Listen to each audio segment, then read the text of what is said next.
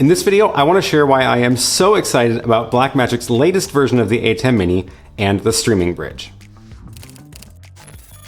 I just watched Blackmagic's livestream today where they announced the ATEM Mini Pro and the streaming bridge, and I have to say this is not at all what I was expecting, but I am pretty excited about it.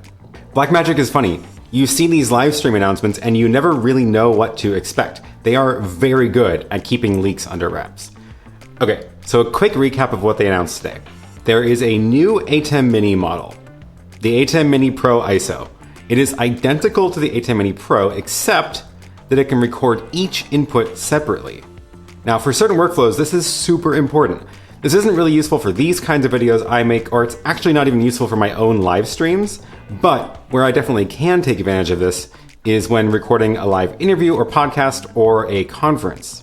Anytime you're live switching between various sources, you run the risk of making a mistake, switching to a bad camera angle or forgetting to switch to the person who's talking.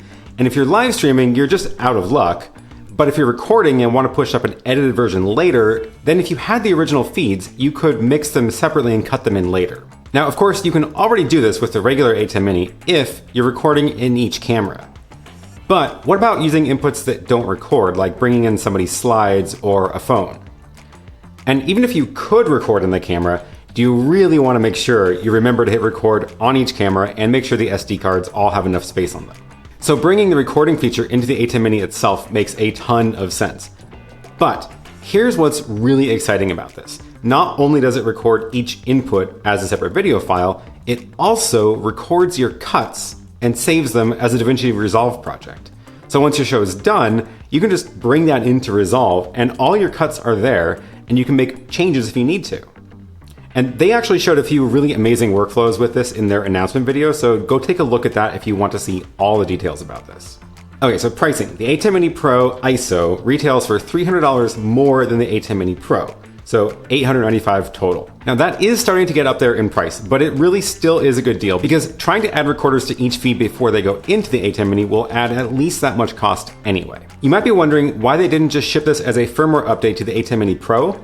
Well, if they could have, I'm pretty sure they would. The problem is the ATEM Mini Pro has just one H.264 encoder in it. That's the one that's used for streaming and recording. But this one now has 5 encoders in it, one for each input and one for the program out.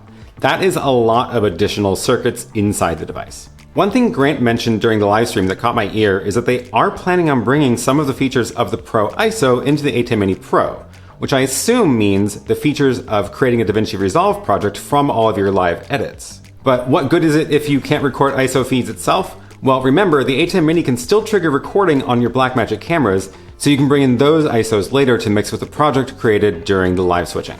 Anyway, this is all just based on their announcement today. I haven't actually had a chance to play with this in person yet, and I will be making videos as soon as I get my hands on one. I already have mine on pre-order from DVE Store, so with any luck, I'll be getting one in soon. Do I think everybody should go rush out and upgrade to the ISO model? Absolutely not. There's plenty of workflows where the Pro is just fine. Really, the main difference is the recording of each ISO feed, so if you don't need that, just stick with the Pro, and that's fine. You'll be completely happy with that, especially once they bring in the DaVinci Resolve project creation into the regular Pro model. Alright, now onto the other product they launched today, the streaming bridge. This is a super cool device, and I'm probably even more excited about this than the new ATEM Mini Pro. Essentially, this device is a H.264 receiver that converts to HDMI and SDI out. So this will act as an RTMP server, so you can push video stream from your ATEM Mini Pro over the network, and it comes through the HDMI and SDI ports on this other end. There are a couple of really cool things you can do with this. A lot of people complain about how the ATEM Mini has only one HDMI output, so if you're using it for multi-view, you're kind of out of luck for anything else. What if you also want to project the program output into a venue, for example? Well, previously the only way to do it was to really run a USB-C webcam out into a computer and then project that on a screen. But now you can use the Ethernet streaming output and run that into this converter, output that on a big screen, keeping your HDMI free for the multi-view output. Now there is a bit of a delay. It looked like around a half second, so it's not going to be useful in all cases. But there's still plenty of ways that even with a half-second delay, this would be extremely useful in a venue environment. But a totally different use case that I'm actually way more excited about is being able to use this to connect 2 remote locations. So if you want to bring a remote guest into a stream, and if you both have an ATEM Mini Pro, you can now have theirs talk directly to your little converter box over the internet. and then bring that into your ATEM switcher in Studio just like any other input. Now, of course, this is going to require a pretty good internet connection, but as long as you have 3 to 6 megabit upload speed available, it should work pretty seamlessly. This is probably the perfect point in time to have launched this device, while everybody is stuck working from home. You could use this for remote interviews so that you get way better video quality than Skype or Zoom. Like, Zoom's video feed is limited to 720 or worse, unless you go through a bunch of hoops to get 1080 enabled. Skype requires that you show their logo in the video, and in both cases, you need to have a separate computer to manage that anyway. But now with two ATEM Mini Pros, you can have a direct point-to-point stream between 2 remote locations.